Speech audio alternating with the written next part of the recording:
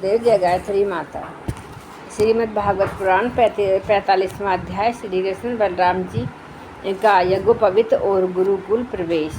श्री सुखदेव जी कहते हैं, परीक्षित, भगवान श्री कृष्ण ने देखा कि माता पिता को मेरे ऐश्वर्य का, मेरे भगवदा का ज्ञान हो गया है, परंतु इन्हें ऐसा ज्ञान होना ठीक नहीं।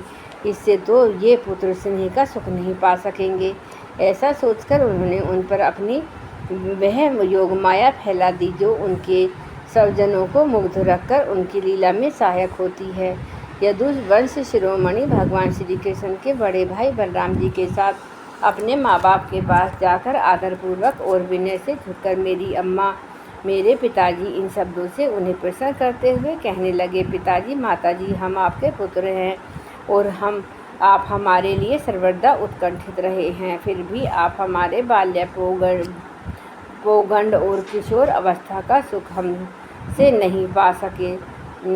ये दुर्दैववंश हम लोगों को आपके पास रहने का सौभाग्य ही नहीं मिला।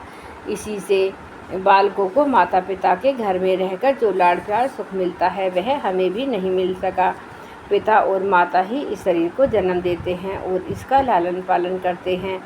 तब कहीं जाकर यह शरीर धर्म, अर्थ, काम अथवा मोक्ष की प्राप्ति का साधन बनता है।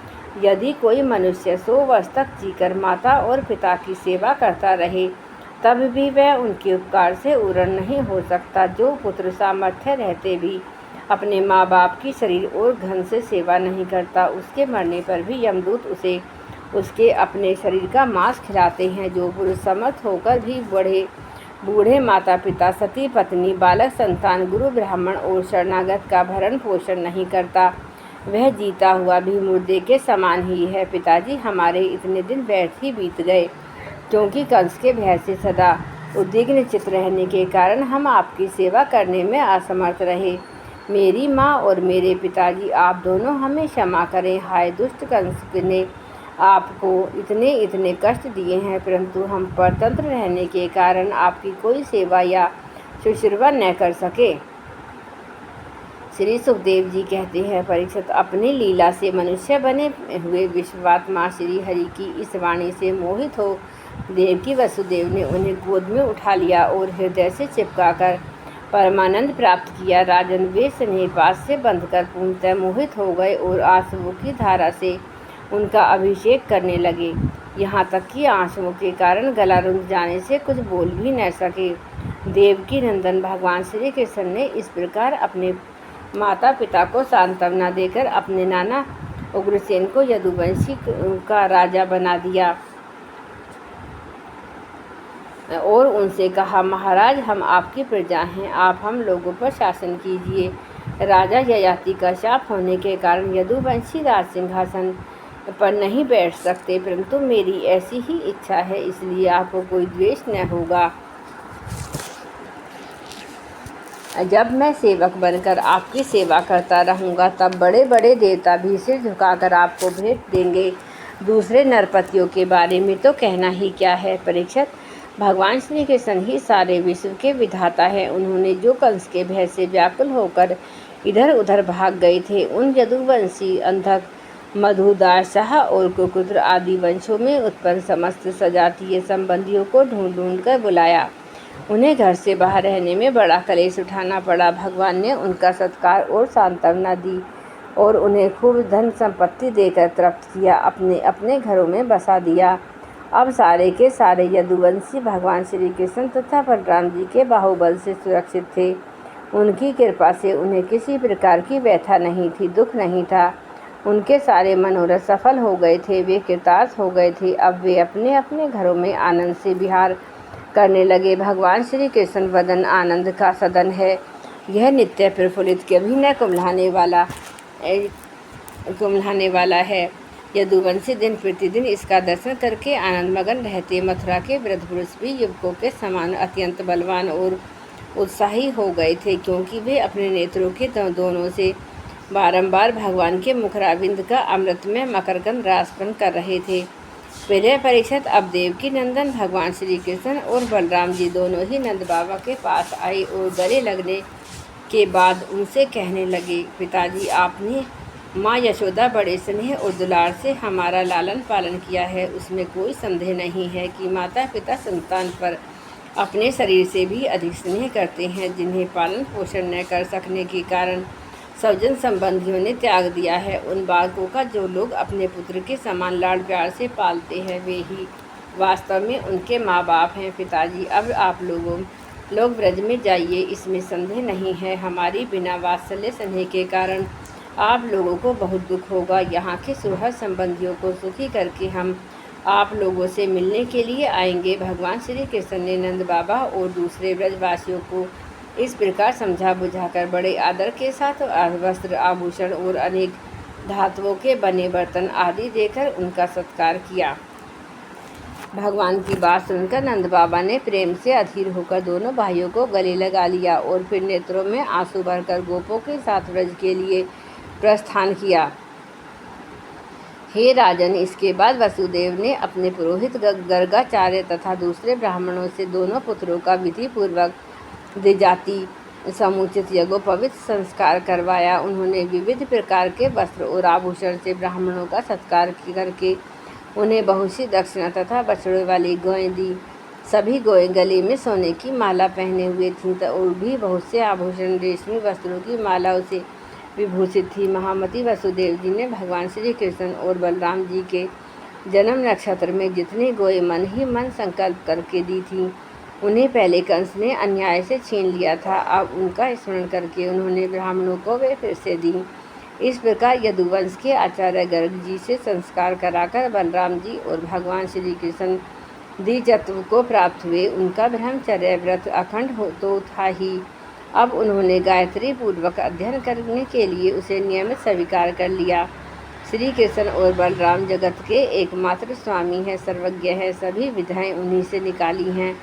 उनका निर्मल ज्ञान सबसे सिद्ध है, फिर भी उन्होंने मनुष्य की सी लीला करके उसे छिपा रखा था। अब ये दोनों गुरुकुल में निवास करने की इच्छा से काश्य गोत्री संदीपनी मुनि के पास गए, जो अवंतीपुर उज्जैन में रहते थे। दोनों भाई विधि पूर्वक गुरु जी के पास रहने लगे। उस समय वे बड़े ही सुसंयत अपनी चेष्टाओं को सर्वथा नियमित रखे हुए थे। गुरु जी तो उनका आदर करते ही थे। भगवान श्री कृष्ण और बलराम जी भी गुरु की उत्तम सेवा कैसी करनी चाहिए, इसका आदर्श लोगों के सामने रखते और बड़ी भक्ति से इष्ट देव के समान उनकी सेवा करने लगे। गुरुवर संदीपनी जी उनका शुद्ध भाव से युक्त सेवा से बहुत प्रसन्न हुए। उन्होंने दोनों भाइयों को 6 अंग और उपनिषदों के सहित संपूर्ण वेदों की शिक्षा दी। इनके सिवा मंत्र और देवताओं के ज्ञान तथा धनुर्वेद, मनुस्मृति आदि धर्मशास्त्र, मीमांसा आदि वेदों का तात्पर्य बतलाने वाले शास्त्र, तर्क विद्या आदि किसी भी शिक्षा दी। साथ ही संधि, विग्रह, ज्ञान, आसन, द्वैध और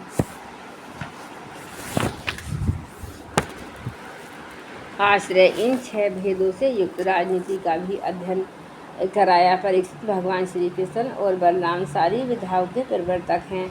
इस समय केवल श्रेष्ठ मनुष्य का सा व्यवहार करते हुए ही वे अध्ययन कर रहे थे।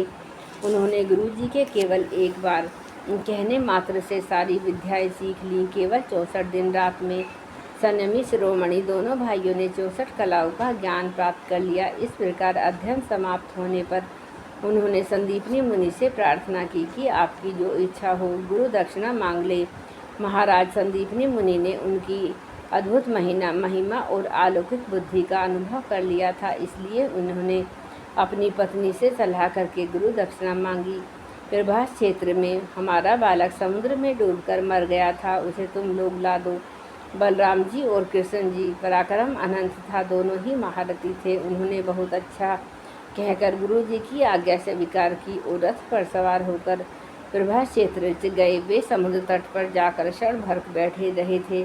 उस समय यह जानकर कि वे साक्षात परमेश्वर हैं, उनके प्रकार की पूजा सामग्री लेकर समुद्र उनके सामने उपस्थित हुआ। भगवान ने समुद्र से कहा, समुद्र, तुम यहाँ अपनी बड़ी बड़ी तरंगों से हमारे जिस गुरुपुत्र को बहा ले गए थे, उसे लाकर शीघ्र हमें दे दो।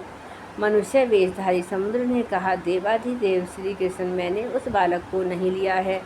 मेरे जल में पंचजन नाम का एक बड़ा भारी दैत्य जाति का असुर निशंख के रूप में रहता है। अवश्य ही उसी ने वह बालक चुरा लिया होगा। समुद्र की बात सुनकर भगवान तुरंत ही जल में जा घुसे और शंखासुर को मार डाला, परंतु यह बालक उसके पेट में नहीं मिला। तब उसके शरीर पर शंख लेकर भगवान रथ पर चले आए। वहाँ से बलराम जी के साथ श्री कृष्ण ने यमराज की प्रियपुरी संयमनी में जाकर अपना शंख बजाया। शंख का शब्द सुनकर सारी प्रजा का शासन करने वाले यमराज ने उनका स्वागत किया। भक्ति भाव से भरकर विधि पूर्वक उनकी बहुत बड़ी पूजा की। उन्होंने नम्रता से झुककर समस्त प्राणियों के हृदय में विराजमान सच्चिदानंद स्वरूप भगवान श्री कृष्ण से कहा, लीला से ही बने सर्वव्यापक परमेश्वर, मैं आपके दोनों की क्या सेवा करूं? श्री भगवान ने कहा, यमराज, यहाँ अपने कर्म बंधन के अनुसार मेरा गुरुपुत्र लाया गया है। तुम मेरी आज्ञा स्वीकार करो और उसके कर्म पर ध्यान न देकर उसे मेरे पास ले आओ। यमराज ने जो आज्ञा कहकर भगवान का आदेश स्वीकार किया और उनका गुरुपुत्र ला दिया। तब यदुवंशी शिरोमणि भगवान श्री कृष्ण और बलराम जी उस बालक को लेकर उज्जैन लौट आए और उसे अपने गुरुवर को सौंप कर कहा कि आप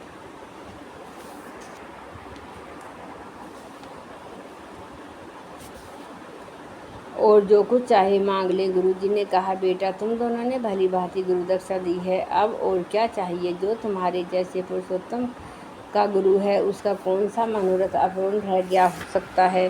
वीरो, अब तुम दोनों अपने घर जाओ। तुम्हें लोगों का पवित्र करने वाली कीर्ति प्राप्त हो। तुम्हारी पढ़ी हुई विद्या इस लोक और परलोक में सदा नवीन बनी रहे, कभी विस्मृत न हो। बेटा परीक्षित फिर गुरुजी से आज्ञा लेकर वायु के समान वेग और मेघ के समान शब्द वाले रथ पर चढ़कर दोनों भाई मथुरा में लौट आई। ये मथुरा की प्रजा बहुत दिनों तक श्री कृष्ण और बलराम जी को न देखने के से अत्यंत दुखी हो रही थी। अब उन्हें आया हुआ देख सबके सब परमानंद में मगन हो गए, मानो खोया हुआ धन मिल गया। जय गुरुदेव, जय गायत्री माता।